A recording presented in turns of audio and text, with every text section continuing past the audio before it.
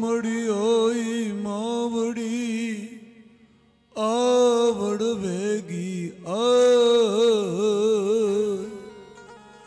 शुद्ध बुध दीजे शंकरी मेहर करे महमा चिंता विघ्न विनाशनी कमलासनी जगत वीणाथी हंसवाहनी हे माता देव सुमा अपदाम भारतारम दातारम सर्व संपदामं लोकाभिरामं श्रीरामं हरि भूयो भूयो नमाम्यहम् वसुधैव सुतं देवं कंस चाणूरमर्दनं देवकी परमानंदं हे नाथ कृष्ण वंदे जगद्गुरु।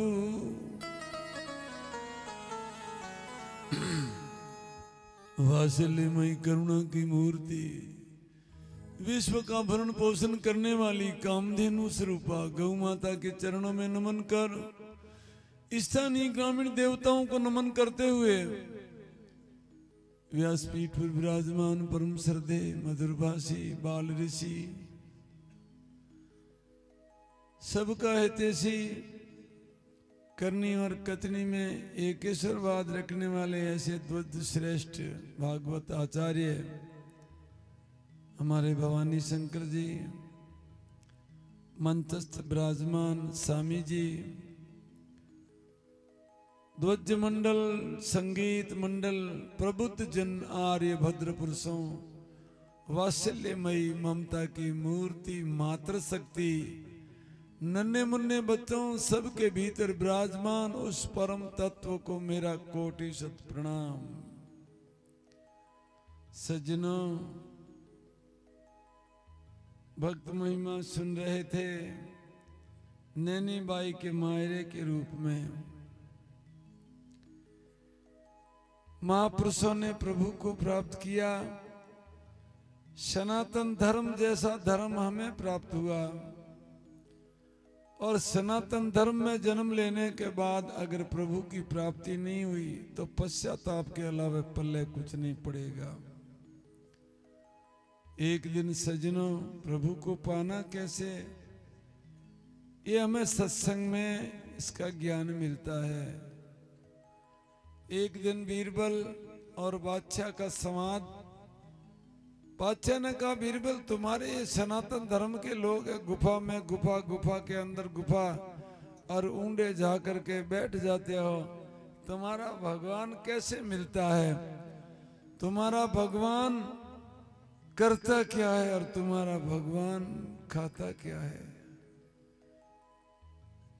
बीरबल ने सोचा मैं जवाब तो अभी दे दूं, लेकिन सनातन धर्म का मामला है। सज्जनों, कभी सनातन धर्म की बात जहां आती है मखौल कभी नहीं करना चाहिए, और जो मखौल करता है बिना सोचे बात करता है वही नरक का अधिकारी होता है। बीरबल को भय था मैं बात तो कह दूं, लेकिन सनातन धर्म का मामला है, मखौल नहीं करूंगा। तो उसने कह दिया 6 महीना के बाद जवाब दूंगा। मायूस होकर घर चला गया। बच्ची ने पूछा, पिताजी आज आप थोड़े मायूस क्यों है? कि नहीं बेटा ऐसे ही। तो आपने भोजन भी कम किया और आज कुछ गिनती में क्यों, क्या चिंता है आपको? कोई बात नहीं। दूसरे तीसरे चौथे दिन बार बार जब बच्ची ने पूछा तो कहा, बेटा ऐसी ऐसी समस्या है, जवाब देना है और जवाब बड़ा जटिल है, इसका क्या किया जाए? खैर बच्ची ने कहा मैं जवाब दे दूं, ऐसी क्या बात है, मैं दे दूंगी। बच्ची बोली थी बेचारी, उसको पता था कि क्या है, मैं तुम बोल दूंगी। तो भी उसका जज्बा था। और बीरबल बहुत बुद्धिमान था कि भाई ये दुकानदारी किसके पास है। तो कहा संतों से पूछा जाए, संत सजना कपड़ों से नहीं होता। संत कोई वेशभूषा से संत थोड़े होते हैं। संत का आचरण कैसा है, संत का स्वभाव कैसा है, कर्मशैली कैसी है, स्मरण शक्ति कैसी है। संतों को अनेक प्रकार के देखते हैं। बीरबल ने कहा बेटा चलो संत से मिलने चलते, तू भी मेरे साथ चल। बच्ची साथ में चल दी। चलते चलते बहुत से संतों को देखा, पर एक संत गुफा के आगे बैठा है। शोले की पूली रखी हुई है, उसमें से एक चना निकालता है, मुंह में डालता है, पर ध्यान कटित नहीं होता है। सोचा ये कोई संत है। थोड़ी देर के बाद विचार किया, लेकिन संत है, अगर ध्यान में बैठा है और कोई छेड़े तो पता नहीं इसका रुख कैसे बन जाए। राजा जोगी अगन जल वहां की उलटी रीत, डरता रहियो परशुराम थोड़ी जुपाले प्रीत। भय तो था ही, फिर भी वो तो बहुत बुद्धिमान था। अपना सिर संत के कदमों में रखा। उनको पता था जब कदमों से स्पर्श होगा तो ध्यान खंडित हो जाएगा, लेकिन मैं दंडवत प्रणाम करूंगा तो मेरे पे कुमेरानी नहीं कृपा ही होगी। दंडवत प्रणाम करके जब कदमों में सिर रख दिया तो महात्मा का ध्यान खंडित हो गया और दोनों हाथ पीठ पे रख दिए संत ने। बीरबल ने सोचा अब तो क्या है, मैं त्रिलोक की अगर पूछ लूं तो भी मुझे जवाब मिलेगा। दोनों हाथ जब संत के पीठ पे पड़ जाते हैं तो वो न्याल हो जाता है। खड़ा किया, कंधों से पकड़ के, बोल भाई कौन है, कहां से आया। कहा प्रभु मैं यही तो पूछने आया हूं कि मैं कौन हूं और कहां से आया हूं, ये पूछने आया हूं। महात्मा ने संतुष्टजनक जवाब दिया कि तू कौन है, कहां से आया। जब वो संतुष्टि हो गई बीरबल को तो कहा प्रभु मेरे एक विशेष जटिल धर्म के प्रति एक संकट है। पातशाह ने मुझे पूछा है, वहां विधर्मी बहुत लोग बैठे रहते हैं और मैं सटीक जवाब चाहता हूं कि हमारा, उन्होंने पूछा तुम्हारा भगवान रहता कहाँ है और तुम्हारा भगवान मिलता कैसे है, तुम्हारा भगवान करता क्या है, तुम्हारा भगवान खाता क्या है।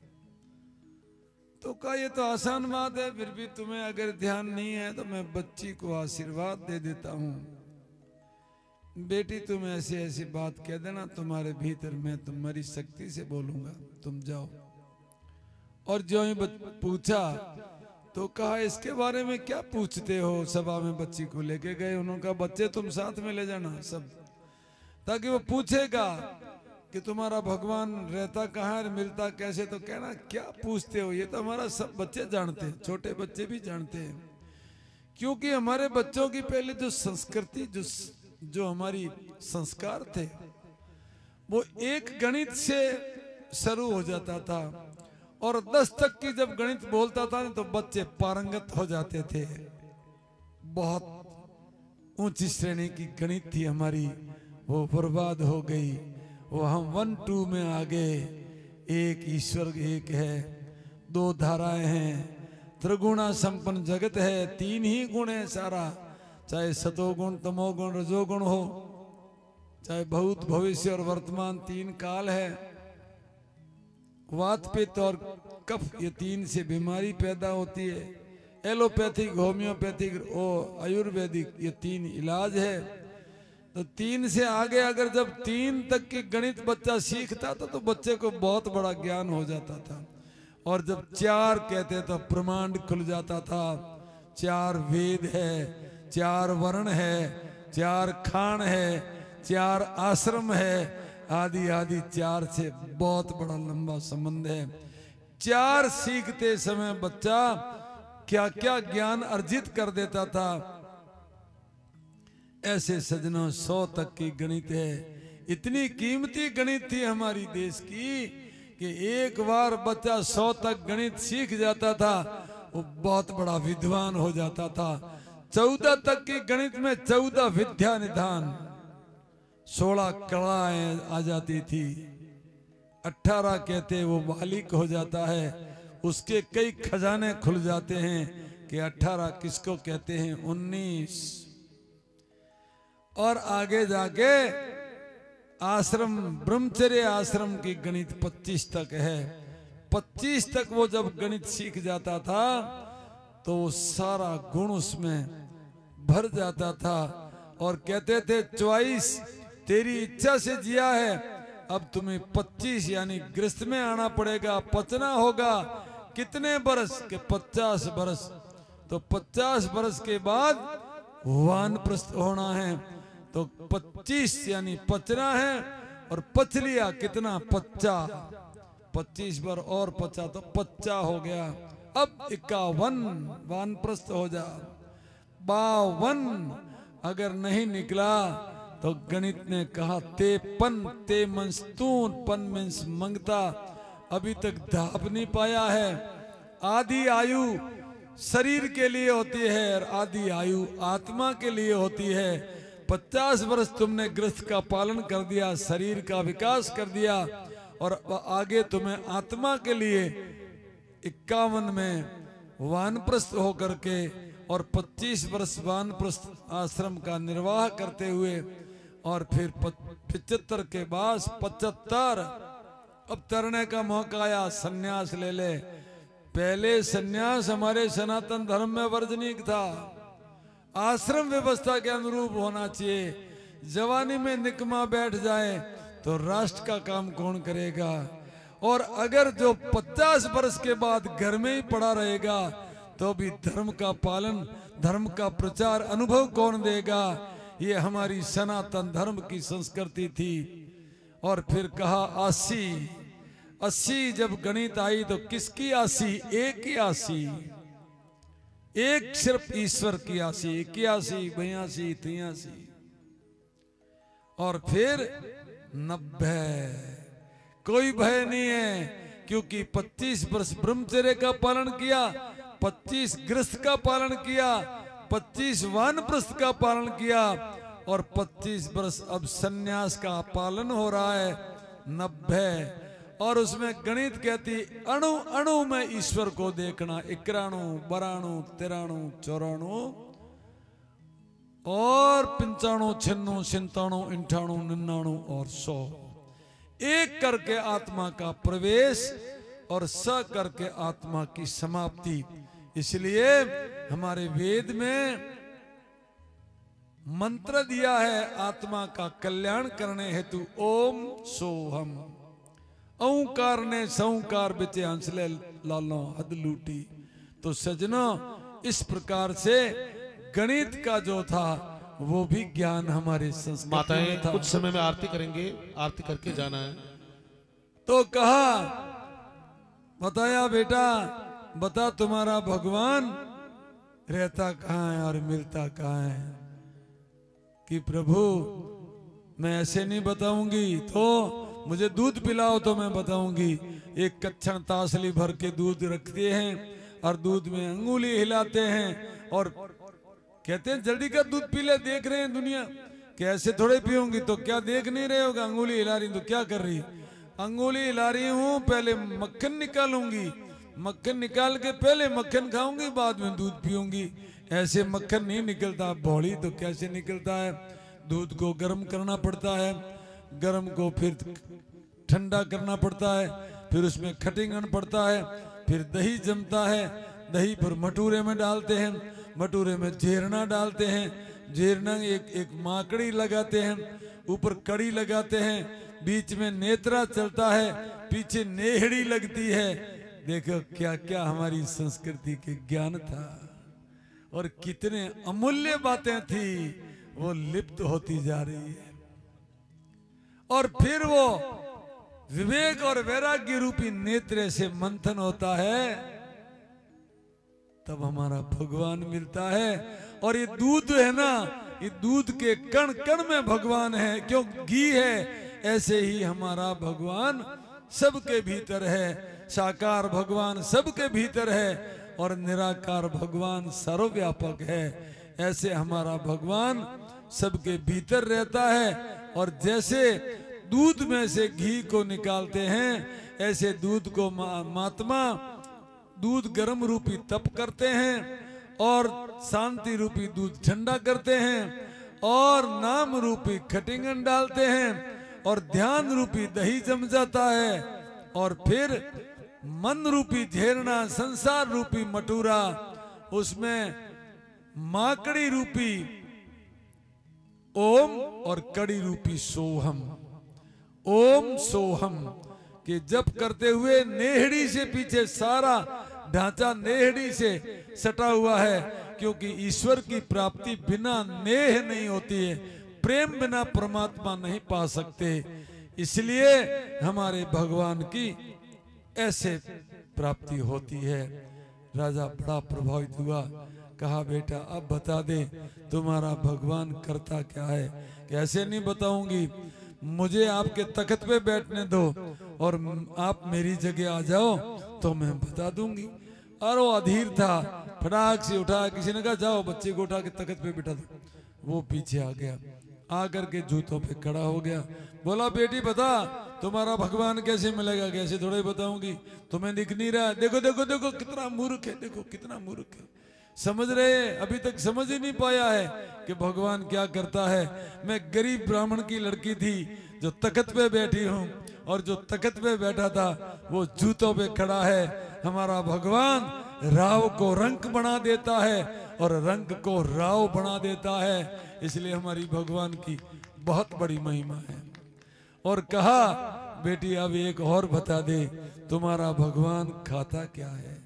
तो कहा बादशाह अभिमान मत करना, इस कुर्सी पे कई तो आए और कई चले गए, इसलिए हमारे भगवान का नाम है गर्भगंजन गर्भहारंग।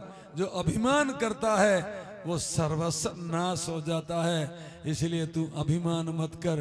कोई भी मानव का ये कर्तव्य बनता है कि कितना ही ऊंचा हो, चाहे कितना ही बुद्धिमान हो, चाहे कितना ही धनवान हो, चाहे कितना ही परिवार बड़ा हो, कभी भी भूल में अभिमान मत करना, क्योंकि भगवान अभिमान का भूखा है। जो अभिमान करेगा उसको निगल जाएगा। ईश्वर का नाम है गर्भगंजन और गर्भ आहारंग, जो गर्भ करता उसको निगल जाता है। इसलिए सजनों कभी भी अभिमान नहीं करना चाहिए।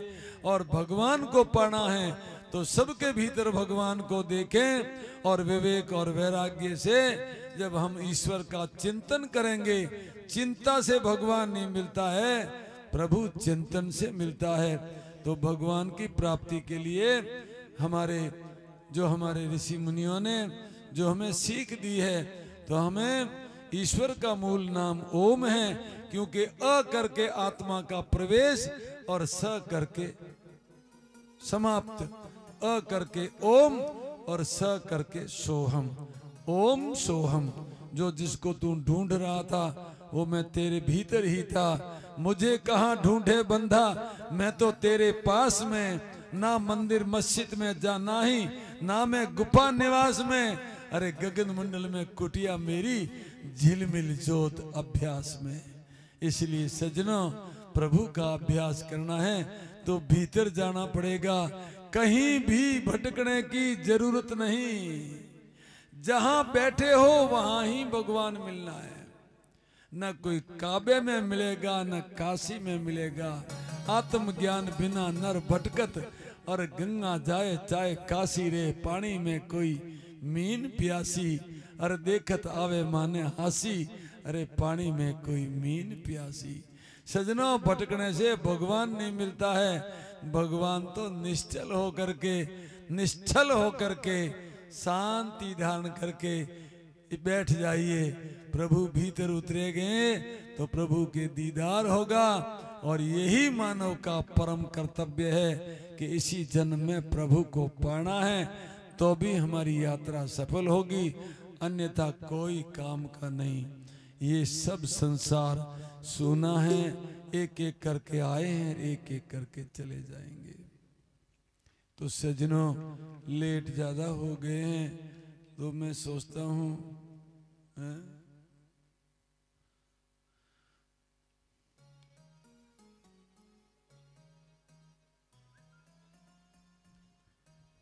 चलो एक भजन गौ माता का आपको सुना देते हैं, या कल सुना है? कल सुना, चलो कल सुना दे। चलो तो अभी आरती का जल्दी करो, आरती की तैयारी हो रही है सजनों। प्रभात फेरी में आना है। ये समझना हार सुजान नर अवसर चूके नहीं,